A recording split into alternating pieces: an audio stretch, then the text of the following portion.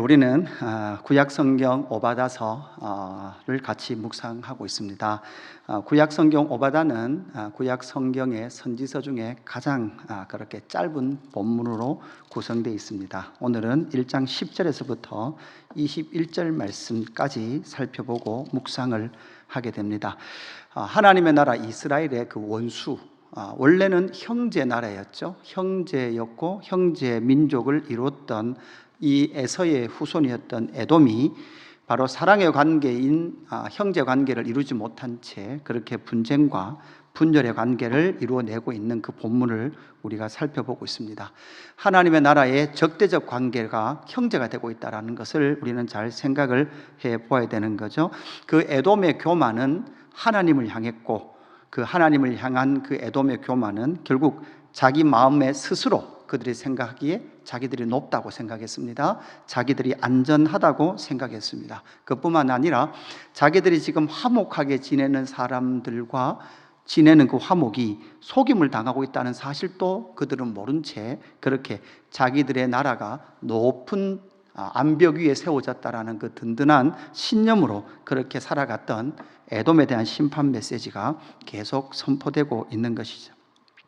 하나님은 이 에돔에 대해서 분명하게 말씀합니다. 너희들이 행한 대로 보응을 받게 될 것이다 라고 말씀하고 있죠. 15절 말씀입니다. 이렇게 말씀합니다. 여호와께서 만민을 벌할 날이 가까웠나니 내가 행한 대로 너도 받을 것인즉 내가 행한 것이 내 머리로 돌아갈 것이라, 이렇게 말씀하시죠. 그러니까 행한 대로 하나님께서 그 민족 에돔에게 보응하시겠다라고 그렇게 말씀을 하고 있는 거죠. 우리는 이 오바다서를 보면서 예레미야서, 그러니까 하나님의 나라가 망하는, 남유다가 망하는 그 현실도 우리가 같이 살펴보면서 이 말씀을 묵상해야 되죠.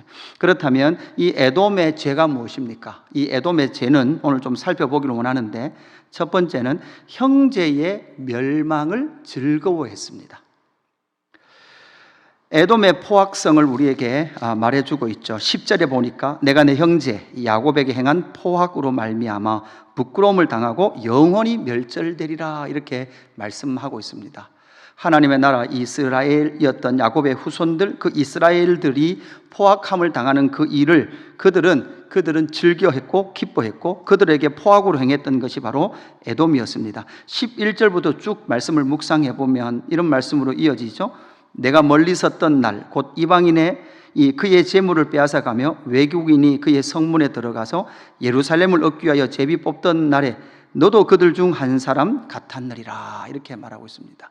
그러니까 형제 이스라엘의 멸망을 즐거하고 그리고 외국인들과 함께 그 이스라엘의 멸망의 앞잡이가 되어 있었던 것이 바로 에돔이었습니다. 12절 내가 형제의 날 곧 그 재앙의 날에 방관할 것이 아니며 유다 자손이 패망하는 날에 기뻐할 것이 아니며 그 고난의 날에 내가 입을 크게 벌릴 것이 아니며 내 백성이 환난을 당하는 날에 내가 그 성문에 들어가지 않을 것이며 환난을 당한 날에 내가 그 고난을 방관하지 않을 것이며 환난을 당하는 날에 내가 그 재물에 손을 대지 않을 것이며 내 거리에 서서 그 도망하는 자를 막지 않을 것이며 고난의 날에 그 남은 자를 원수에게 넘기지 않을 것이니라, 이렇게 말씀했죠. 그러니까 사실 그 12절부터 쭉 나오는 11절부터 쭉 나오고 또 12절 다른 또 방면으로 기술되고 있는 이 모든 내용들은 사실 남유다가 망할 때 어떻게 했을까요? 에돔이 바로 이런 일을 했습니다. 실제로 에돔이 유다가 망할 때 이런 일을 했죠. 그뿐만 아니라 우리가 잘 알듯이 예수님 시대도 어떻게 했습니까? 예수님 시대도 바로 헤롯, 우리가 잘 아는 헤롯은 바로 이 에돔의 후손들이었습니다. 로마가 이스라엘에 점령하여 들어올 때 가장 앞잡이가 됐던 사람이 바로 이 헤롯이었습니다. 에돔의 후손 헤롯이 에돔 땅, 요단 동편 땅을 유대로부터 허락을 받아서 분봉왕처럼 통치를 받고 있었는데, 그래서 늘 유대의 녹을 바치고 있었던 그 헤롯이 로마가 힘있게 오는 것을, 힘을 가지고 들어오는 것을 보고 유다를 배반하고 로마에 붙습니다. 그래서 로마의 앞잡이가 되어서 그 로마가 이스라엘로 쳐들어오는 그 일에 앞잡이 역할을 하고 그로 말미암아 바로 이스라엘 땅의 왕으로 그렇게 임명받았던 것이 헤롯이었죠. 그 헤롯이 예수님의 오심을 막고 그 유아 살해 사건, 이 모든 것이 바로 이 에돔의 후손들이 하나님의 나라가 망하는 일에, 멸망하는 일에, 그리고 메시아가 이 땅에 오는 일에 끊임없이 방해하는 역할을 했던 것이 바로 에돔이었다라는 것을 우리는 역사를 통해서 알게 되는 것이죠. 그래서 이 에돔의 죄는 무엇입니까? 형제의 멸망을 즐겨했습니다. 신약시대 저와 여러분에게 적용을 해보면 우리의 삶은 어떠합니까? 우리의 형제의 관계는 어떠해야 합니까? 여러분, 우리는 형제의 아픔을 함께 아파해야 합니다. 우리는 지금 이스라엘의 전쟁과 그 고통을 우리도 함께 아파해야 합니다. 그리고 그들을 위해서 기도해야 합니다. 형제의, 이웃의 망함은 나의 성공의 시대예요. 사실 이 시대는 장사를 하거나 무엇을 하거나, 그죠? 이웃들 옆에 있는 사람들의 패망이 우리에게는 도움이 되는 경우도 많이 있죠. 여러분, 목사님 세계에서도 우스갯소리가 있습니다. 그죠? 옆에 있는 이웃교회가 힘들고 이웃교회가 깨트려지면 옆에 있는 교회가 표정을 어떻게 할지 모르게 슬퍼하는 것 같으면서도 이렇게 웃어요. 왜냐하면 그 교회에서 나온 사람들이 우리 교회로 오기 때문에 그럽니다. 과연 무엇 때문에 그렇게 하고 있고 그런 삶을 살고 있냐는 것이죠. 정말 형제의 아픔과 그 고난에 우리는 어떠한 모습으로 함께 아파야 하며 그 형제를 사랑하며 나아가야 할까라는 것을 우리는 깊이 묵상해 보아야 하는 거죠. 그리스도께서 제자들의 발을 주시면서 내가 새 계명을, 새 언약을 너희에게 주노니 내가 너희를 사랑한 것처럼 너희도 서로 사랑하라. 이 말씀이 과연 교회 공동체 안에, 그리고 우리의 이웃 관계 속에서 나와 잘 맞지 않는 그 사람을 향해서, 때로는 나와 생각이 다른 그 사람을 향하여 우리는 어떤 모습을 취하고 있는지 오늘 이 말씀을 통해서 우리는 우리 자신을 비추어 보아야 한다라는 사실입니다.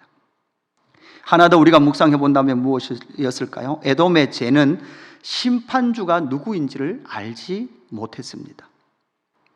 17절에 보니까 이렇게 말씀하고 있습니다. 오직 시온산에서 피할 자가 있으리니, 이렇게 말씀하고 있죠. 그리고 21절에도 구원받은 자들이 시온산에 올라와서 에서의 산을 심판하리니 나라가 여호와께 속하리라, 이렇게 말씀합니다. 심판하시는 분이 누굽니까? 여호와 하나님이시다라는 것을 분명히 말씀합니다. 그 여호와는 어떤 분이십니까? 15절에 보니까 여호와께서 만국을 벌할 날이 가까웠나니 내가 행한 대로 너도 받을 것인즉, 이렇게 말씀하고 있죠. 그러니까 이 모든 만국을 지금 통치하시는, 그러니까 신정론, 하나님께서 통치하시는 모든 세상은 결국 하나님의 통치 아래에 있고 하나님의 심판의 날이 가까이 와서 하나님께서 심판하신다는 사실을 에돔은 알지 못했다라는 사실이죠. 만국을 벌할 날이 있습니다. 그 벌할 날 속에서도 시온에서 피할 자들이 있고 그 속에서 구원 얻을 자들이 있습니다. 그러면서 하나님의 백성들과 하나님이 사랑하는 그 사람들을 구원하시고, 그렇게 하나님을 거부하고 하나님께로 나오지 않는 자들 향한 심판해 주는 만군의 여호와 하나님이다라는 사실을 에돔은 알지 못했던 거죠. 그래서 18절 말씀부터 보면 이렇게 적고 있습니다. 야곱 족속은 불이 될 것이며 요셉 족속은 불꽃이 될 것이요 에서 족속은 지푸라기가 될 것이라. 그들이 그들 위에 붙어서 그들을 불사를 것인즉 에서 족속에 남은 자가 없으리니 여호와께서 말씀하셨음이니라, 이렇게 말씀합니다. 이것은 결국은 하나님의 나라의, 하나님의 통치, 그러니까 이스라엘에 그냥 악을 행했다는 것이 아니라 그 하나님의 나라, 하나님이 왕이신 하나님의 나라, 그 하나님을 거부하며 그 하나님의 나라에 대한 도전들의 백성을 향하여서 하나님은 심판하실 것이다, 그 형제를 사랑하지 않았던 그들을 향하여 심판하실 것이다 라는 것을 우리에게 말씀해 주고 있습니다. 그럼에도 우리는 이 말씀 속에서 무엇이 보입니까? 결국은 시온산, 그리고 구원받을 시온산에 올라오는 그 사람들은 바로 구원을 얻는다라는 것을 우리에게 말씀해 줍니다. 여러분, 시온이 어디입니까? 바로 하나님의 도성의 상징이 시온입니다. 성전의 상징이 시온입니다. 바로 하나님이 통치하시는 그곳, 다른 것으로 표현하면 이방인이든 어떤 사람이든 하나님의 왕되심을 인정하고 하나님께로 나오는 그 사람은 구원을 얻을 것이다 라는 것을 우리에게 말씀해 주고 있는 본문인 것입니다. 그래서 때로는 우리가 이 땅을 살아가며 정말 심판이 있을까? 공의가 있을까? 우리는 이 질문을 때로는 해보기도 하죠. 하나님이 정말 공의로우신가? 그리고 정말 하나님은 지금 악을 심판하고 계시는가? 라는 그런 상황들이 우리 안에 막 주어질 때가 있습니다. 왜냐하면 악은 더 번성합니다. 악은 더 번영하는 것 같습니다. 선함과 말씀대로 사는 것은 늘 위축되고 수축되는 것 같습니다. 늘 작아지는 것 같습니다.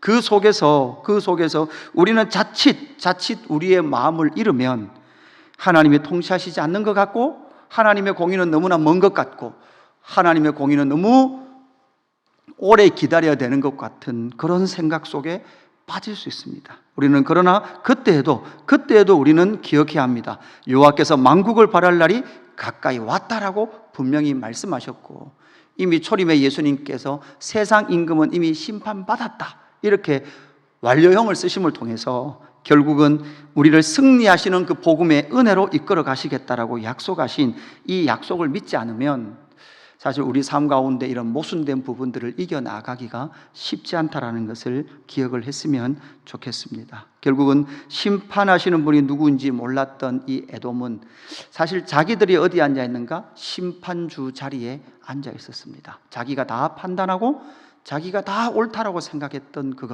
그것이 결국 그들은 하나님의 심판의 대상이 되었다라는 것을 우리가 이 말씀을 통해서 만나고, 하나님의 뜻대로 하나님의 마음과 하나님의 말씀 안에 거하며 살아가는 저와 여러분의 삶이 되기를 주님의 이름으로 축복합니다.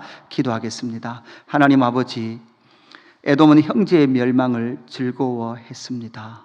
또한 그뿐만 아니라 심판주가 누군지도 모른 채 자기들 스스로 심판주 자리에 앉아서 그렇게 판단하며 살아갔던 에돔의 모습을 오늘 말씀을 통해서 만납니다. 그래서 하나님의 나라를 괴롭히고 하나님의 나라를 폭력으로 그렇게 도전했던 그 세력을 향하여서 하나님은 분명히 심판하시겠다고 말씀하십니다. 하나님, 오늘을 살아가는 우리의 삶 역시도 그러합니다. 때로는 정의의 하나님이 어디 계신지, 공의의 하나님이 너무나 멀리 계신 것 같은 그러한 삶의 현실들을 만납니다. 하나님, 그럼에도 불구하고 그 현실 속에서 형제를 사랑하기에 마음을 다하며 살아가는 우리 삶 되게 하여 주옵소서. 때로는 그들이 우리를 조롱할 것입니다. 그렇게 살면 이 험한 세상 살 수 없다라고 말할 것입니다.